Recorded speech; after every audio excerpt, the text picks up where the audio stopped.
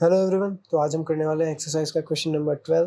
Question कहता है कि two insulating small spheres are rubbed against each other and placed 1 centimeter apart. If they attract each other with a force of 0.1 Newton, how many electrons were transferred from one sphere to other during the rubbing? ठीक है, तो दो insulating sphere है हमारे पास, ये sphere 1 और sphere 2। ठीक है, इन पर अभी कोई चार्ज नहीं है और इन्हें जो है हमें एक दूसरे के अगेंस्ट रब करा।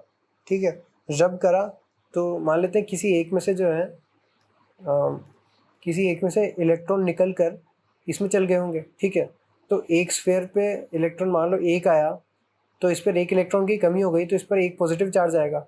ठीक है, तो हम लेट्स से कि n नंबर ऑफ इलेक्ट्रॉन्स जो है ट्रांसफ़र हो गए।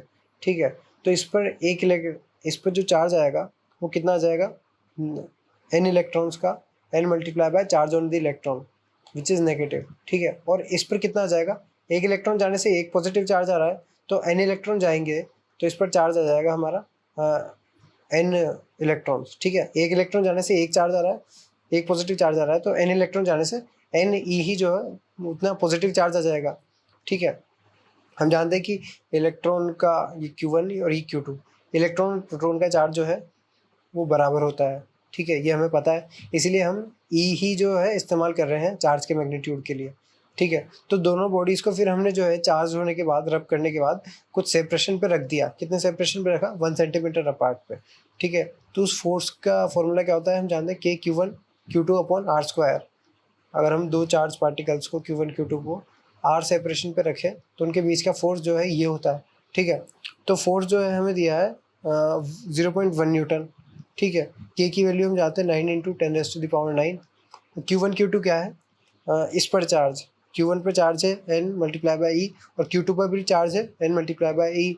ठीक है, सेपरेशन उनके बिटवीन का कितना है, 1 सेंटीमीटर, तो 1 सेंटीमीटर यानी कि 10⁻⁻² मीटर। ठीक है, और सेपरेशन का स्क्वायर करते हैं हम। ठीक है, और ई की वैल्यू हम जानते हैं क्या है, 1.67 इंटू 10⁻⁻19 कूलम। ये चार्ज होता है किसी भी एक इलेक्ट्रॉन और एक प्रोटॉन पर। ठीक है, और नेगेटिव पॉजिटिव है तो दोनों के बीच जो फोर्स है वो फोर्स ऑफ अट्रैक्शन होगा, एक दूसरे को अट्रैक्ट करेंगे। ठीक है, और यहाँ पे मैग्नीट्यूड अपन ने रख दिए, फोर्स का नेचर अट्रैक्टिंग होगा हमें पता है, तो साइन रखने की ज़रूरत नहीं है। इलेक्ट्रॉन पे नेगेटिव में चार्ज होता है, प्रोटॉन पॉजिटिव में होता है, साइन रखने की ज़रूरत नहीं है कि हमें पता है दोनों अट्रैक्ट करेंगे, जस्ट मैग्नीट्यूड रख रहे हैं।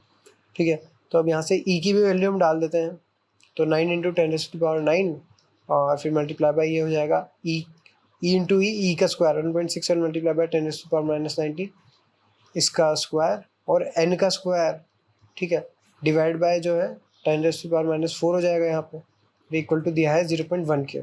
ठीक है, तो यहाँ से इधर चल जाएगा, ये डिवाइड में चल जाएगा, और हम n स्क्वायर के लिए सॉल्व करेंगे तो n की वैल्यू हमारी कितनी आ जाएगी, n स्क्वायर की जितनी आएगी उसका अंडर रूट लेंगे और ये आ जाएगी हमारी लगभग 2 मल्टीप्लाई बाय 10⁻11।